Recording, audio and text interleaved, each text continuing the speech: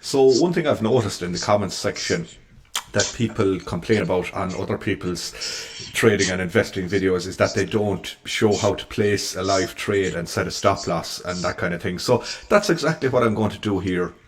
I have my live account open here on Etoro, and I withdrew over €200 a while back, so that's exactly how much I have in my account. So you simply just either, I was looking at it there earlier, Bitcoin, BITCOIN, and then you just click on it. So there's how Bitcoin has been doing.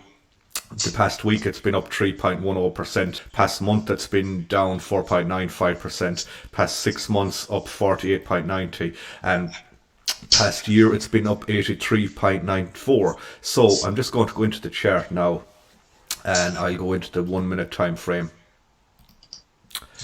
And bearing in mind that I placed a trade on Bitcoin there a few weeks ago, and it did actually hit my stop loss. I bought it when it was over the 42,000 mark, and it dropped below 39, so it hit my stop loss. So today, despite what analysts are saying that, oh, this Bitcoin is going to be bullish and all that, I'm actually going to take a short position on Bitcoin. So this is how you do it.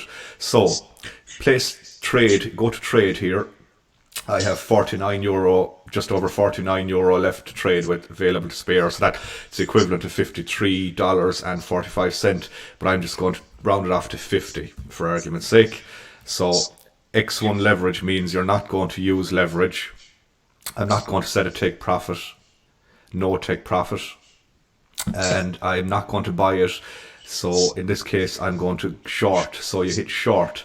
So that means you're shorting Bitcoin. X1 means I'm not using leverage, as I said. So I'm putting $50 into Bitcoin and I'm taking a short position. So order received. That's the order received. So when you click into it then, and you go into my portfolio, and there's Bitcoin bought. So it's down 98 cents because there are a small amount of fees when you place a trade. So, stop loss, I will be setting it here now. And a stop loss, I'll be, just because I put so little into it this time, so for argument's sake, I'll set a stop loss here of $7, sorry. So that's 14% of my position.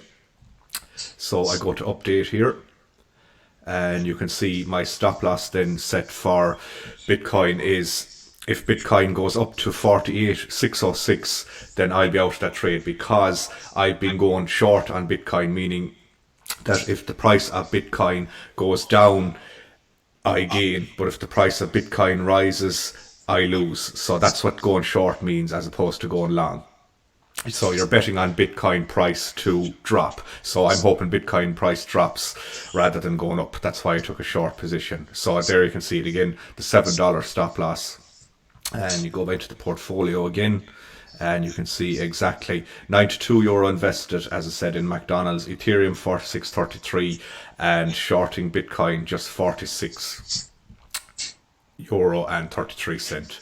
So that's how you place a trade on Etoro. That's how easy it is, and how to set your stop loss. Like, you have to, as I said, this is 14% of my trade. You have to, like a lot of people say, set a 1-2% stop loss. It's completely up to yourself what stop loss you decide to set, but an amount you can tolerate. So like €7, if this is going hovering around the €3-4 mark, I might actually just cut out of the trade anyway. So that's how I stayed in that's how you stay in your account, and that's how you end up not wiping it. And I don't use leverage either, and I'm just very careful at the amounts I invest, and always set my stop losses. So yeah, I really hope this has helped you understand how to buy Bitcoin, or indeed any other asset, be it McDonald's or Ethereum, set your stop loss, etc. So please let me know what you thought of the video, and I'd appreciate it. And I really do hope it helped, because people do ask for this on other people's channels and that, and